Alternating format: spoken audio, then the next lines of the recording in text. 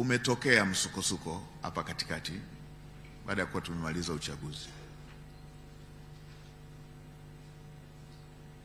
Na jana nilisema na leo narudia,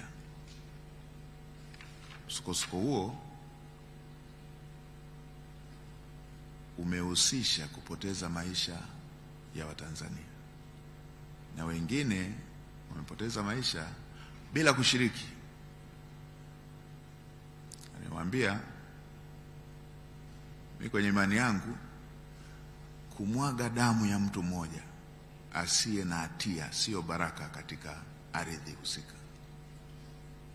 Kwa tunatoa pole kwa familia zote ambazo zimekutana na madhira hayo.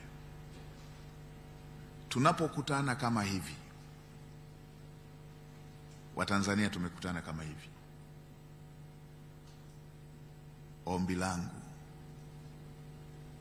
sote na kila mmoja kwenye dhamira yake, tunuie kwamba jambo la aina hii tusiruhusu litokee tena katika ardhi yetu. Si jambo la baraka, linatutengenezea makovu yasiyopona, linatupa gharama.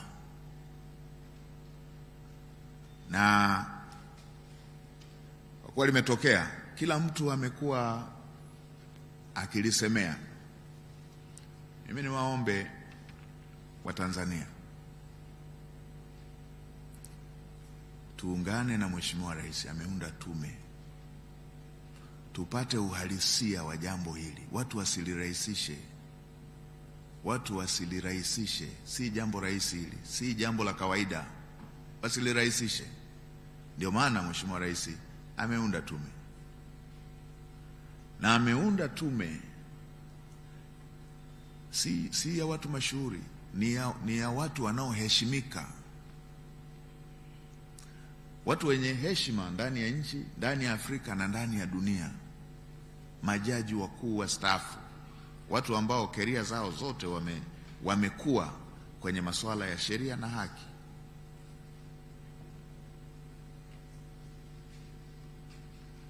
Leo na watu wengine wanaweka hoja hii na hii na hii. Mimi niwaambieni, tusiingie kwenye mtego wa kutaka water down. Water down, ukishusha hadhi kamati, unafanya maandalizi ya kutaka kushusha hadhi kilichotokea.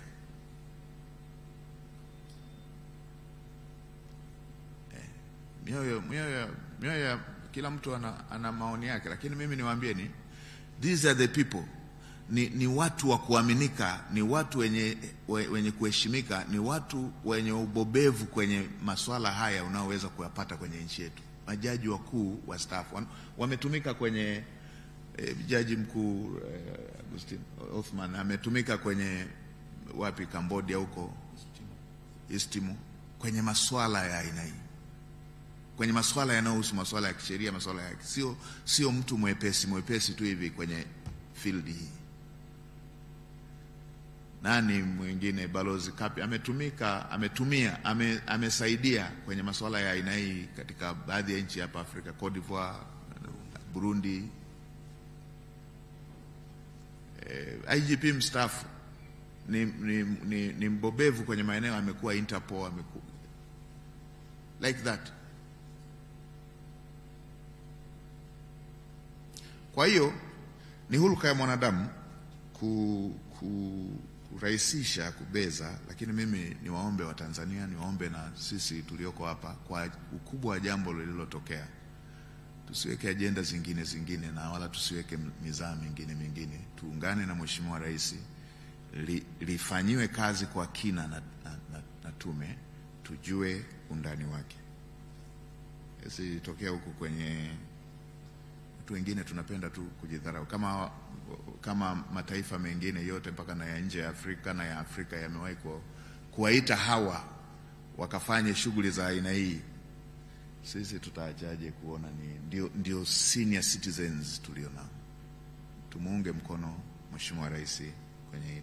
Mheshimiwa Waziri, challenge za aina hii huwa zinatokea.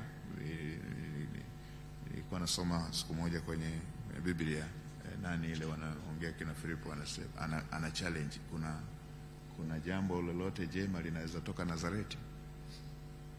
Watu siende tu na hiyo dhana. Hawa ni viongozi waliobobea kwenye masuala haya, na itatusaidia tuache kila mtu kutoka na jambo lake. Kumekuwepo na kila mtu kutoka na jambo lake sana. Wengi hatujajua undani wake, wengi hatujajua madhara yake ya jambo hili. Imetugharimu, na dawa yake si kuendelea kuchochea jambo la aina hii ambalo limetugharimu. Imetugharimu maisha ya ndugu zetu, imetugharimu miundombinu, imetugharimu kutokuaminiana. Ninyi kama ndugu zetu, kama mhimili, ningeomba tutoe uongozi katika masuala yanapotokea kama haya.